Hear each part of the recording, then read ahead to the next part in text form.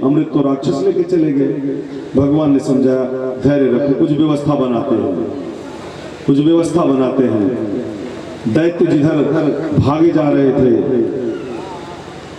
भगवान अचानक आकाश से दैत्यों ने देखा एक युवती तरुणी परम सौंदर्य युक्त, ऐसा लग रहा था साक्षात कई रतियों को, कामदेव की पत्नी का नाम रति संसार में सबसे सुंदर, कई रतियों को मिलाकर के इस युवती को बनाया गया है। भगवान इठलाते कमर लचकाते देव उस दैत्यों के सामने आकाश मार्ग से प्रकट हो गए। इतना सुंदर दिव्य स्वरूप भगवान ने मनमोहनी का बनाया। दैत्यों की दृष्टि जैसे ही पड़ी सब भगवान को देखने लगे। वह मोहनी स्वरूप भगवान धीरे धीरे नीचे उतरे, लेकिन नृत्य उनका बंद नहीं हुआ।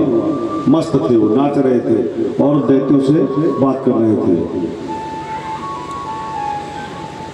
सबने उन्हें घेर लिया। कहा आप लोग कौन हो? कहा हे सुंदरी आप कौन हो? कहा मैं तुम्हें, मेरा परिचय क्यों जानना चाहते हो? पहले आप बताओ आप कौन हो? कहा मैं कश्यप पुत्र, कोई साधारण नहीं हूं, ऐसे वैसे मत समझना। कश्यप और दिति का पुत्र मैं, दैत्यराज वली हूं, कोई साधारण वंश नहीं है हमारा। कहा तो लड़ क्यों रहे हो, विवाद क्यों कर रहे हो? कहा अमृत कुंभ निकला है, अमृत कलश निकला है, अमृत पीने के लिए आपस में विवाद हो रहा है। तो कहा आपस में जब भाई हो तो विवाद क्यों कर रहे हो, पी लो।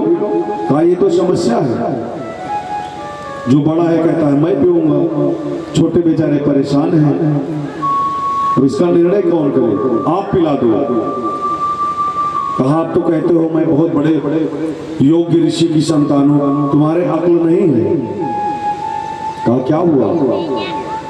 कहा किसी पराई और सुंदर स्त्री पर विश्वास नहीं करना चाहिए।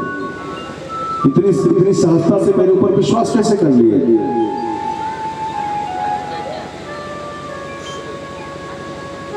दैत्यों ने आपस में विचार किया, बताइए ऐसी देवी आज तक कभी हमने नहीं देखा जो अपने आप स्वयं ही अपने विषय में बताए कि विश्वास नहीं करना चाहिए। ये लगता है बहुत ही बुद्धिमान, बहुत ही योग्य है। कहा है देवी आप ही हमें पिलाओगे।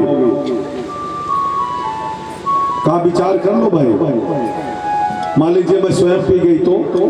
कहा मुझे विश्वास है, अब आप ही पिलाओगे। संकल्प ले लिया। कहा हम सबका संकल्प है, हम लोग अब आपके हाथ से ही अमृत पिएंगे। कहा ठीक है, पंक्तिवत बैठ जाए। सब बैठ ही रहते, इतने में देवता भी आ गए। बोले ये कौन लोग हैं? कहा ये हमारे सौतेले भाई हैं और ये भी अमृत पीना चाहते हैं। तो कहा ठीक है, इन्हें भी बैठाओ, अगर तुम्हारी इच्छा हो तो इन्हें भी पिला दे। कहा भगवान ने कहा जो मोहनी रूप बनाए हुए थे, भगवान ने कहा देखो हमारा एक विचार है, अगर आप लोगों को अच्छा लगे तो बताओ। सुखदेव जी कहते हैं हे परीक्षित, भगवान अपने उस सुंदर भुवन मोहनी स्वरूप में दैत्यों को वशीभूत कर लिया। भगवान जो बोल रहे थे दैत्य सब मानने को तैयार हो गए। कहा बताइए कौन सा उपाय? कहा देखो कलश मेरे हाथ में है और नीचे मुझे गाढ़ा गाढ़ा सा बहुत दिखाई पड़ रहा है और ऊपर ऊपर पानी है, पतला है। अगर आप लोगों की इच्छा हो तो ये जो आपके सौतेले भाई हैं देवता, इन्हें ऊपर ऊपर का पिला दूंगा, फिर उसके बाद गाढ़ा गाढ़ा आपको पिला दूंगा। भगवान की बातों में दैत्य फंस गए। कहा ठीक जैसा उचित समझो। और भगवान ने अपने नेत्रों से देवताओं को इशारा किया, अमृत पिलाना शुरू किया। उन्हीं दैत्यों में एक सरभान नाम का एक दैत्य था। वो समझ गया कि कुछ गड़बड़ है, तो वो सूर्य और चंद्रमा के बीच में जाकर के बैठ गया। जब बैठ गया तो भगवान उसको अमृत पिलाने लगे। भगवान ने ध्यान नहीं दिया, वो तो देख जो है दैत्यों की तरफ रहे थे और अमृत इधर पिला रहे थे, तो ध्यान नहीं दिया भगवान ने। लेकिन चंद्रमा और सूर्य ने इशारा किया, महाराज ये दैत्य है। देखा भगवान ने, तुरंत चक्र को आदेश किया, उसकी गर्दन कट गई, लेकिन अमृत तो चला गया था, मरा नहीं। उसके शरीर के दो भाग हो गए, ऊपर राहु नीचे केतु। और जब उसका सिर कटा, उसके मुंह में अमृत था। वह अमृत पृथ्वी पर गिरा, जिसे आज हमारे मनीषी लोग, संत लोग भोजन से बहिष्कृत करते हैं, लहसुन और प्याज। वह अमृत से उत्पन्न, यद्यपि वैदिक में वह दवा है, आयुर्वेद है, लहसुन वगैरह आयुर्वेद में है, औषधि है, लेकिन दैत्य के मुंह से गिरने के कारण ऋषि लोग उसे नहीं पाने के लिए मना करते हैं। भगवान ने सभी देवताओं को अमृत पिला दिया, और जब कोलाहल होने लगा तो वहां से कन्हैया गायब हो गए। बोलिए मनमोहनी भगवान की। भगवान चले गए, कोलाहल शुरू होगा, दैत्य नाराज हो गए, हमारे साथ छल हुआ, हमारे साथ छल हुआ।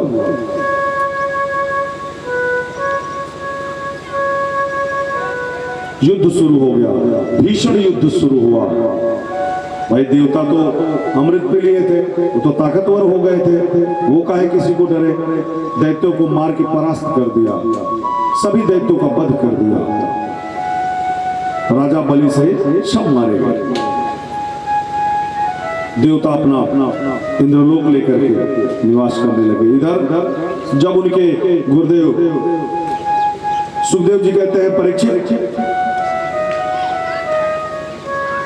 जब भृगुनंदन को पता चला, शुक्राचार्य को पता चला, तो बहुत क्रोधित हुए और क्रोध के वशीभूत होकर के भगवान शिव का स्मरण किया।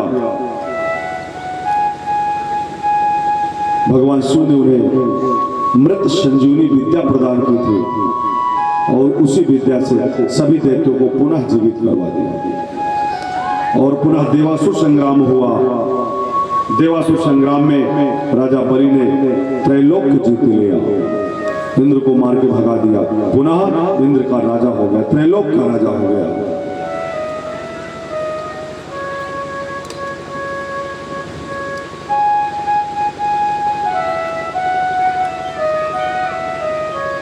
और उसने स्वर्ग, पाताल, समस्त लोगों को जीत लिया। जीतने के बाद सुखपूर्वक राज्य करने लगा। इंद्रादि देवता परेशान हो गए, भगवान से प्रार्थना किया, प्रभु कुछ उपाय कीजिए। भगवान तो देवताओं के हित का ही कार्य करते हैं।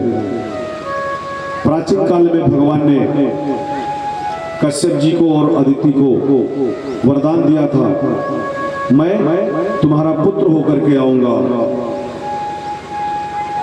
सुखदेव जी कहते हैं, परीक्षित, एक दिन वर्णाश्रम का पालन करते हुए मां अदिति ने कश्यप जी से पयोव्रत पूछा। एक पयोव्रत होता है, फाल्गुन शुक्ल पक्ष प्रतिपदा से लेकर के द्वादशी तक किया जाता है। वह व्रत विशेष रूप से पुत्र प्राप्ति और सर्व कामना सिद्धि के लिए होता है। भगवान विष्णु का वह व्रत है। मां अदिति को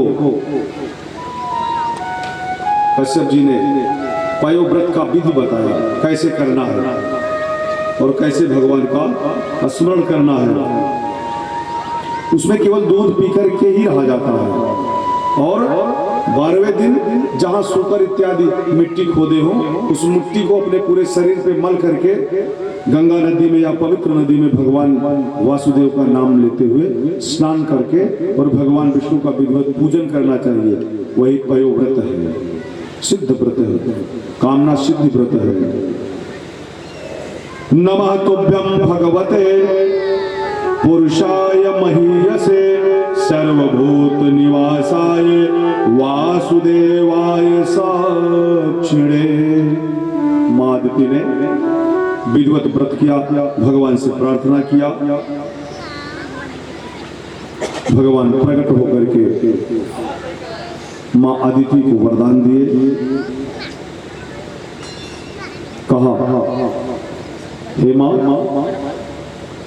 मैं तुम्हारे गर्भ से प्रकट होऊंगा और मेरे शरीर की माप 52 अंगुल रहेगी। समय आने पर मां अदिति के गर्भ से वामन भगवान का प्रागट्य हुआ। बोलिए वामन भगवान की जय।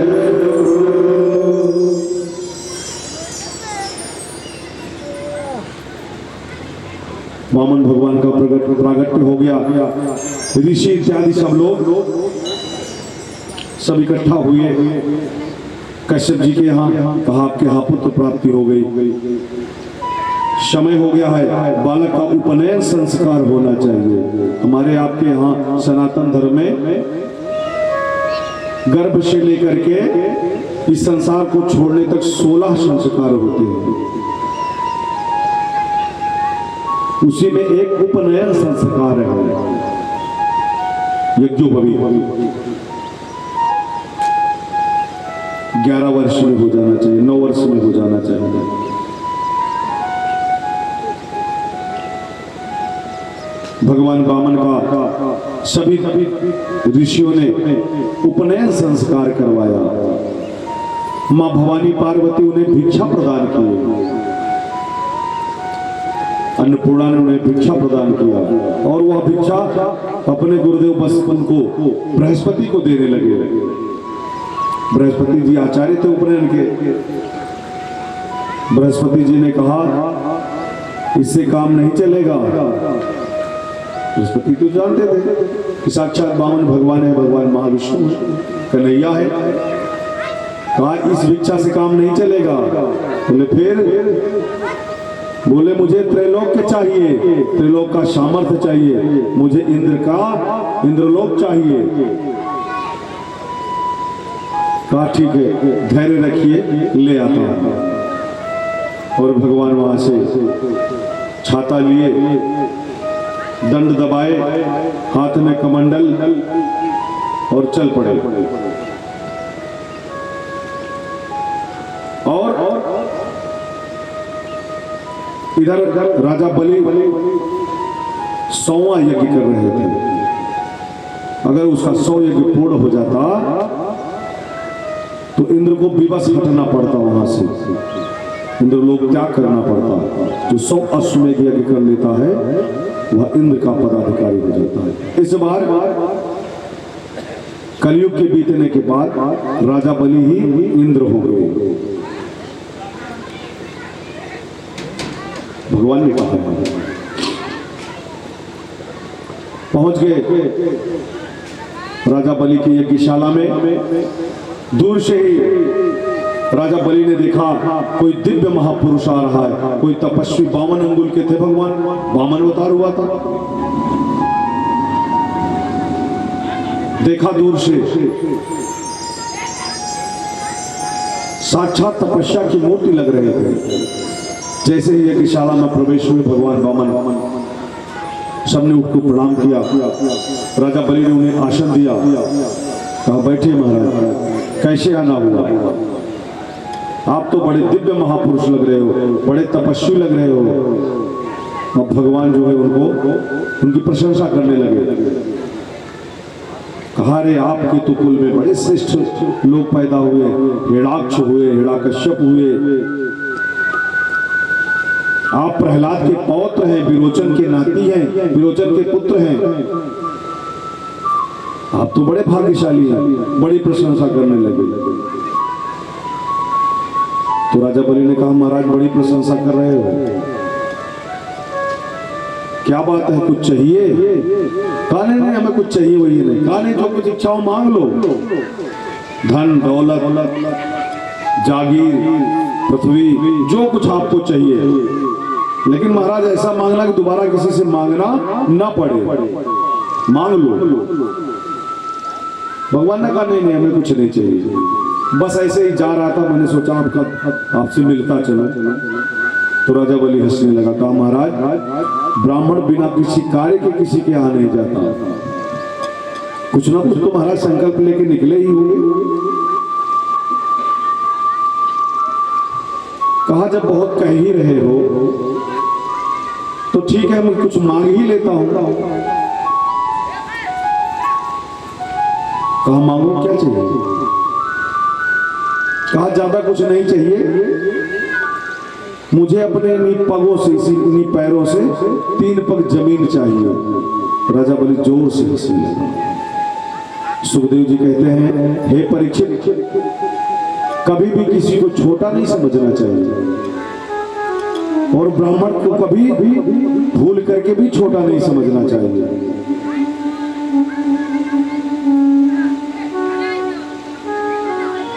राजा बलि हंसने लगे। भगवान ने कहा क्या हंस रहे हो? अरे कहा महाराज मेरी औकात देख के तो मांगते, मैं त्रिलोक का अधिपति हूँ, पूरा त्रैलोक तो मेरे वश में है, कुछ ऐसा मांगते जिससे देने में भी मुझे सुख मिलता और आपको लेने में सुख मिलता। ये क्या मांग रहे हो? 3 पग जमीन कितनी होती है? कहा नहीं हमें 3 पग ही चाहिए और कुछ नहीं चाहिए। कहा क्यों? 3 पग ही क्यों चाहिए? कहा जब कहीं निकलते हैं तो मन कह गया भजन करने का, तो बैठ गए किसी के दरवाजे, मान लो यहीं बैठ गए सामने, भजन करने लगे। आए अरे उठो महाराज यहाँ से अपना ये कमंडो वंडो उठाओ। अरे भाई भजन कर लेके चले। अरे नहीं महाराज अभी भजन कर रहे हो, फिर यहाँ हनुमान जी को लाके बैठा दोगे, फिर मंदिर बना दोगे, कहोगे ये मेरी जमीन है। तो महाराज जय जय सिया राम आप यहाँ से जाइए। तो कहा कोई बैठ के भजन नहीं करने देता है, इसलिए महाराज बैठ करके भजन करने की जगह मैं मांग रहा हूँ। राजा बलि ने कहा ठीक है कोई बात नहीं।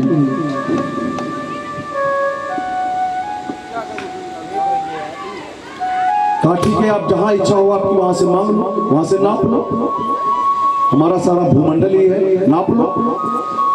कहा नहीं ऐसे ही नापेंगे। कहा फिर कहा बाकायदा जो नियम होता है भूमि दान का, दान करने का जो नियम होता है नियम के अनुसार कीजिए। अरे कहा महाराज 3 पग जमीन के लिए क्या संकल्प पढ़वाओगे? कहा नहीं फिर हम नहीं लेंगे। कहा ठीक है। जब देख लिया कि बामन भगवान एकदम बिना संकल्प के नहीं लेना है और ब्राह्मण को बिना संकल्प के कोई भी वस्तु यजमान से दान में नहीं लेनी चाहिए, नहीं तो न उसके दान का लाभ मिलता है, जय जय सिया राम, न उसके दान का लाभ मिलता है और न लेने का, न दाता का, न ग्रहीता का, किसी को लाभ नहीं मिलता। इसलिए संकल्प आवश्यक है। कहा ठीक महाराज संकल्प पढ़िए महाराज संकल्प। भगवान का मंडल लिए ही थे, तुरंत पूछा दिया का पकड़ो। जब देखा शुक्राचार्य ने कहा तो गड़बड़ हो जाएगा, बड़ी जोर से राजा बलि को डांटा। कहा क्या कर रहे हो बलि? हमारा जमीन दान कर रहा हूँ, भू दान कर रहा हूँ। कहा किसको दान करो? कहा देख नहीं रहे 52 अंगुल का एक ब्राह्मण है, बेचारा 3 पग मांग रहा है। कहा ये 52-53 नहीं है। शुक्राचार्य ने कहा कि ये 52-53 नहीं है, ये वही मोहनी है जिसने अमृत पिला दिया देवताओं को और बारूदी पिला दिया दैत्यों को।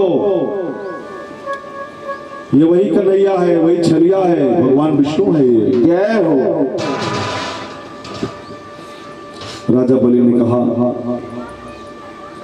गुरुदेव यदि ये बामन है तो भूमि नाप करके अपना ले लेंगे, और यदि साक्षात परमेश्वर है तो दाता एक राम भिखारी सारी दुनिया। तो आज वो दाता मेरे दरवाजे पर भिखारी बना खड़ा है, इसलिए जरूर दान करूंगा। शुक्राचार्य नाराज हो गए, बोले तेरी बुद्धि भ्रष्ट हो गई है, मैं श्राप देता हूं, तू श्रीहीन हो जाएगा। कहा कुछ भी हो जाओ लेकिन मैं दान दूंगा। राजा बलि की पत्नी विंध्यवाली आ गई जल लेकर के, वामन भगवान का विधिवत पूजन किया और दान के लिए जल और कुशा लेकर के 3 पग जमीन भगवान को संकल्प कर दिया। कहा महाराज नाप लीजिए जहां से नापना हो। और वो विराट पुरुष वो बामन जो थे 52 अंगुल के धीरे धीरे फैलने लगे, बढ़ने लगे, बढ़ते बढ़ते विराट स्वरूप हो गए। ओम सहस्र शीरे का पुरखः सहस्राक्षः सहस्रपादक्ष भूमि गं सर्वत स्मृतवा कतिष्ठग्नसाङ्गलं पुरखं वेदगं सर्वं जदभूतं जच भावयं मा उतामृतत्वशेषान् जदन्नेना इरोहति। विराट स्वरूप हो गया भगवान का। और भगवान ने नापना शुरू कर दिया। एक ही पग में नाप लिया, आकाश पाताल सब नाप लिया। दूसरे से पहाड़ तल पृथ्वी सब कुछ नाप लिया। 2 ही पग में सर्वस्व नाप लिया भगवान ने, कुछ बचे नहीं। अब राजा बलि से कहा बता तीसरा पग कहां रखूं, तीसरा पग कहां रखूं बताओ।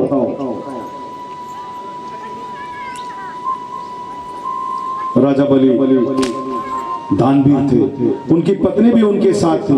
पत्नी ने कभी नहीं टोका कि नहीं दान मत करो। आज इसीलिए विंध्यावली का नाम लिया जाता है। महाराज बलि ने कहा सरकार आप जैसा चाहे वैसा करें, मैं आपका हूं। कहा यदि 3 पग जमीन देने का संकल्प लिया है, यदि तुम्हारा संकल्प नहीं पूर्ण होगा तुम्हें नरक भोगना पड़ेगा। तो महाराज बलि ने कहा महाराज तीसरा पैर मेरे सिर पे रख दीजिए। बोले भक्तवत्सल भगवान की जय हो। राजा बलि के सिर पर भगवान ने तीसरा पैर रख करके 3 पग में उसका सर्वस्व ले लिया। भगवान उसकी दानप्रियता से प्रसन्न हो गए। राजा बलि भी प्रसन्न होकर आज भगवान उसके सामने हाथ फैलाए थे। भगवान से कहता है प्रभु जीवन का मैंने सौंप दिया सब भार तुम्हारे चरणों में। जीवन का मैंने सौंप दिया सब भार तुम्हारे चरणों में। जीवन का मैंने सौंप दिया सब भार तुम्हारे हाथों में। जीवन का सौंप दिया सब भार तुम्हारे हाथों में। वो धार पतन अब मेरा हो, वो धार पतन अब मेरा हो। सरकार तुम्हारे हाथों में। वो धार पतन अब मेरा हो, सरकार तुम्हारे हाथों में। जीवन का मैंने सौंप दिया सब भार तुम्हारे हाथों में। जीवन का सब कुछ सौंप